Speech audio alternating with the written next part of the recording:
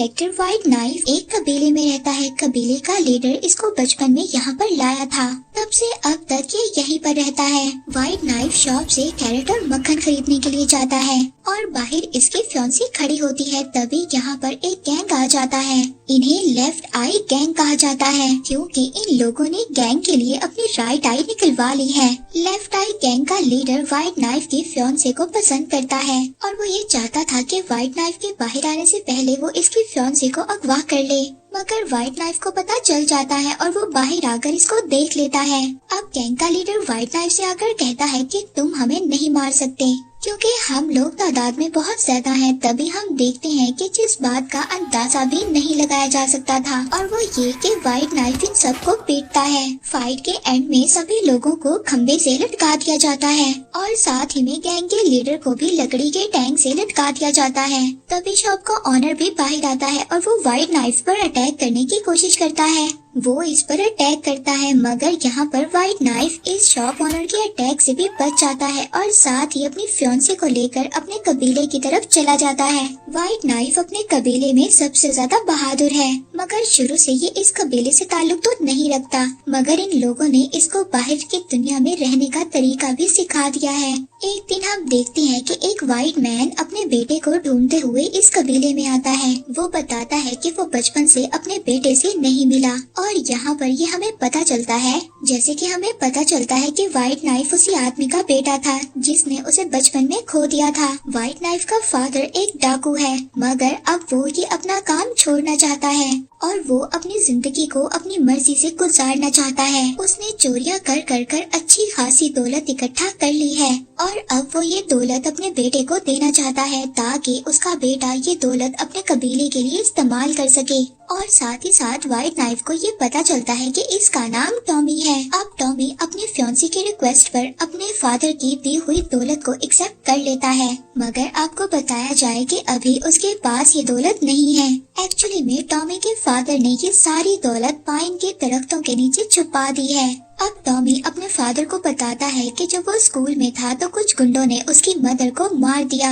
वहाँ पर टॉमी के फादर उसको बताते हैं कि उसने साथ ही पहाड़ों में पाइन्स के ट्रीज में सारी दौलत छुपा कर रखी है। अब वो अपने बेटे को दौलत की लोकेशन बता ही रहा था, तभी उसके गैंग के साथी उसका पीछा करते हुए यहाँ पर पहुँच जाते हैं। वो लोग भी दौलत चाहते हैं और पैसे के लिए पूरे कबीले को मारने को तैयार हैं। इसके बाद वो टॉमी के फादर को अपने साथ लेकर चले जाते हैं ताकि वो उन्हें दफन की हुई दौलत के पास लेकर चला जाए। टॉमी के फादर उसको जाते जाते ये इशारा देते हैं कि दौलत विंड मिल के पास दफन की हुई है। अब टॉमी के फादर के जाने के बाद टॉमी ये सोचता है कि वो अपने फादर की दौलत को ढूंढेगा और वो इस गैंग को देकर अपने फादर को छुड़वा लेगा। अब जब ये पहाड़ों पर दौलत तलाश करने के लिए जाता है तो वहाँ पर इसको एक मसला होता है। वहाँ पर तो बहुत ज्यादा पाइन्स के दरख्त थे मगर इसको ये नहीं पता था कि इसके फादर ने कौन से पाइन के ट्री के नीचे दौलत को दफन किया है। काफी ज्यादा खुदाई करने के बाद इसका लीडर इसको कहता है कि तुम पैसा किसी और तरीके से कमाने का सोचो, मगर कुछ ही घंटों में ये $50,000 कैसे कमा सकता था।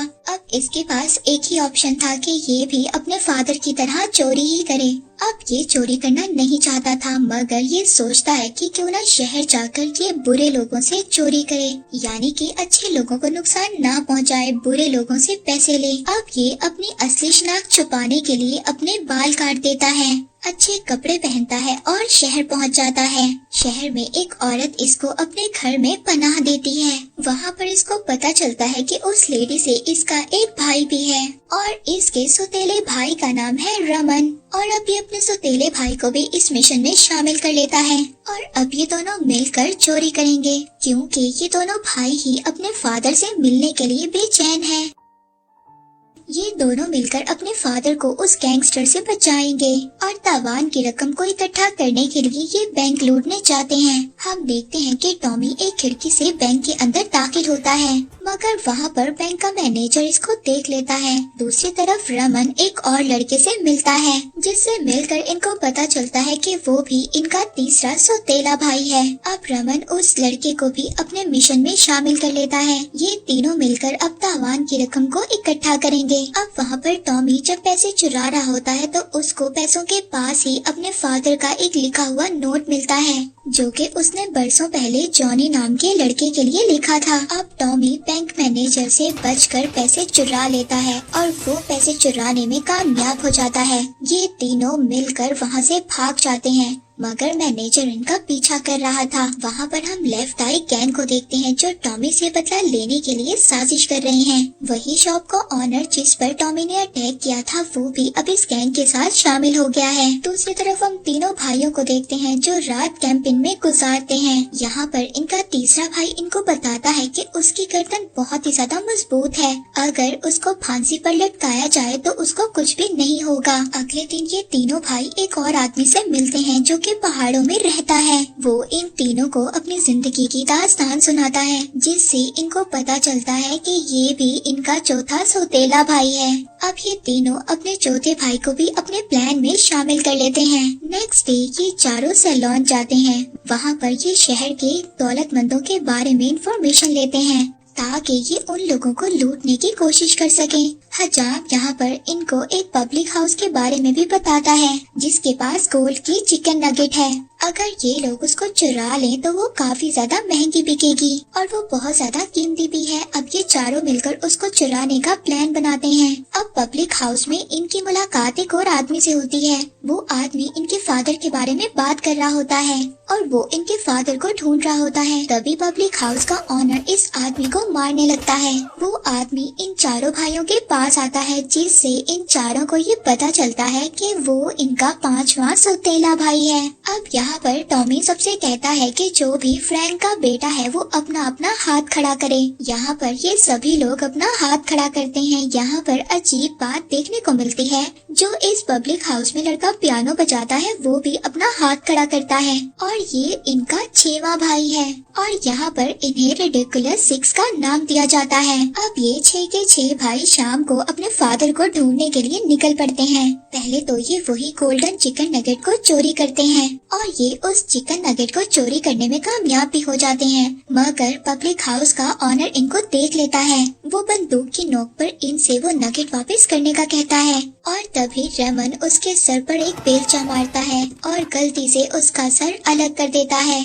पब्लिक का ऑनर मरने से पहले अपने सर के बगैर इन पर फायर करता है। ये सब लोग उसको देखकर हैरान रह गए थे, मगर ये सभी लोग बहुत ही ज्यादा मुश्किल से वहाँ से भाग जाते हैं। इसके बाद ये एक और आदमी से जाकर मिलते हैं जो इनको बताता है कि वो बेसबॉल गेम इजाद कर रहा है और अगर ये लोग उसके साथ ये गेम खेलें तो वो इनको खजाने के बारे में बताएगा, क्योंकि वो भी इनके फादर को जानता था। ये लोग उसके साथ गेम खेलते हैं, तभी वो इनको खजाने के बारे में बहुत ज्यादा बातें बताता है। इन्हें अब उस जगह का तो पता चल गया था, मगर पहले इन्हें 30,000 भी चोरी करने थे, जिसके लिए ये एक और विलेज में जाते हैं। यहाँ पर हम देखते हैं कि इनका तीसरा भाई एक लेडी के साथ बदतमीजी करता है, जिसकी वजह से उसको फांसी पर लटकाने का ऑर्डर दिया जाता है। लेकिन तभी बाकी भाई वहाँ पर लूट रहे होते हैं ताकि वो अपने पैसे पूरे कर सकें। ये सभी लोग इतनी आसानी से इसलिए लूट रहे थे क्योंकि गांव के जो बाकी लोग थे वो इनके तीसरे भाई की फांसी देखने के लिए गए हुए थे। जब यहाँ पर ये भाई सिर्फ रात की दुकान को लूटने में मसरूफ थे और वहाँ पर दूसरे भाई को फांसी दी जा रही थी, मगर जो इनके भाई ने इनको बताया था कि उसकी गर्दन बहुत ज्यादा मजबूत है, वो झूठ नहीं बल्कि एक हकीकत थी। वहाँ पर इनका भाई फांसी से डरा हुआ नहीं था, बल्कि वो तो फांसी को एंजॉय कर रहा था और पूरा का पूरा गांव उसको देखकर हैरान रह गया था। अब गांव का लीडर उसको वहाँ पर गोली मारकर मौत के घाट ही उतारने वाला होता है, मगर तभी उसके भाई उसको बचा लेते हैं। ये यहाँ से सिर्फ रात लेकर भाग जाते हैं। नेक्स्ट सीन में हम इन्हें दरिया में नहाते हुए देखते हैं, मगर यहाँ पर लेफ्ट आई गैंग इन पर अटैक कर देता है और साथ ही साथ इनके सारे पैसे लेकर भाग जाते हैं। अब जो इन सब भाइयों ने हासिल किया था वो ये सब लोग खो चुके थे और अपने फादर को बचाने की उम्मीद भी हार चुके थे, मगर तभी इनमें से इनका एक भाई शहर में होने वाले जुए के बारे में बताता है, जहाँ पर अमीर अमीर लोग आते हैं, अगर ये चाहें तो उन्हें लूट सकते हैं और इसके बाद इनकी ये उम्मीद दोबारा से जिंदा हो सकती है। अब ये लोग वहाँ पर जाते हैं। इनका एक भाई रेमन एक अमीर ताजिर बनता है, जिसके साथ बाकी भाई गार्ड्स बने हुए थे, मगर तभी एक आदमी को इन पर शक हो जाता है। ये लोग वहाँ पर चाकू से डरा कर सभी लोगों से पैसे लेकर भाग जाते हैं। इसके बाद ये बेसबॉल प्लेयर की बताई हुई उसी जगह पर पहुँच जाते हैं जहाँ पर इन्हें विंडमिल तो दिखाई नहीं दे रही थी। ये लोग परेशान हो गए थे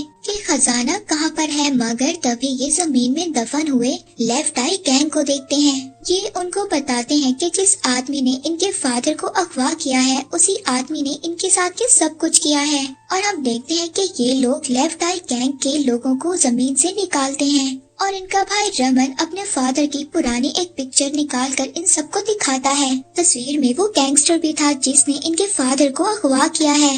गैंगस्टर के हाथ पर टॉमी देखता है कि एक टैटू बना हुआ है और ये टैटू तो उस आदमी के हाथ पर भी था जिसने टॉमी की मदर को मारा था।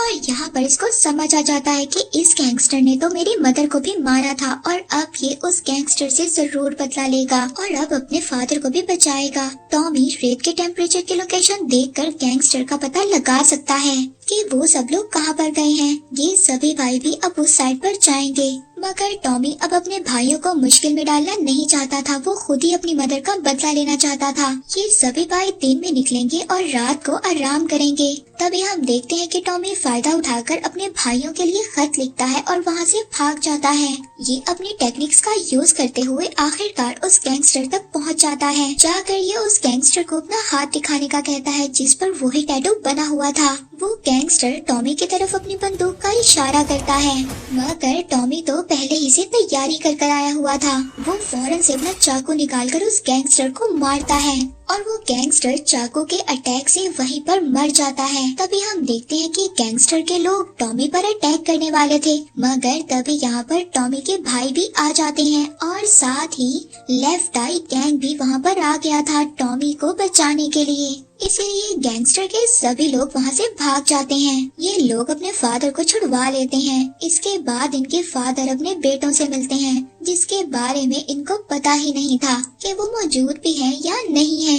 ये सभी भाई अपने फादर को बताते हैं कि आपको बचाने के लिए जितने ज्यादा पैसे चाहिए थे हमने तो उससे ज्यादा पैसे लूट लिए हैं और अभी हमारे पास और भी है। जैसे ही ये बात इनका फादर सुनता है तो इसका रवैया चेंज हो जाता है। ये अपने उन्हीं गैंगस्टर को बुला लेता है जो कि पहले चले गए थे। यहाँ पर इनको पता चलता है कि इनका फादर कोई अच्छा आदमी नहीं था। वो तो इसलिए ऐसा कर रहा था कि वो जानता था कि टॉमी अपने फादर के लिए पैसा कमाएगा और टॉमी अपने फादर को बचाने के लिए कुछ भी करेगा। टॉमी के फादर तो ऐसे ही पैसा कमाना चाहते थे, इसीलिए इनके फादर ने ये सारा प्लान बनाया था। वहाँ पर टॉमी के फादर ने उसकी फियांसे को भी अगवा किया हुआ था। यहाँ पर बहुत बड़ा शूट आउट होता है। यहाँ पर हमें पता चलता है लेफ्ट आई गैंग की आई भी मौजूद थी। उन्होंने झूठ बोला हुआ था कि उनकी लेफ्ट आई नहीं है ताकि सब लोगों को वो लोग सख्त नजर आए। अब ये सभी भाई और लेफ्ट आई गैंग सब मिलकर लड़ते हैं और एंड में फ्रैंक को एक सुरंग में छोड़ने में कामयाब हो जाते हैं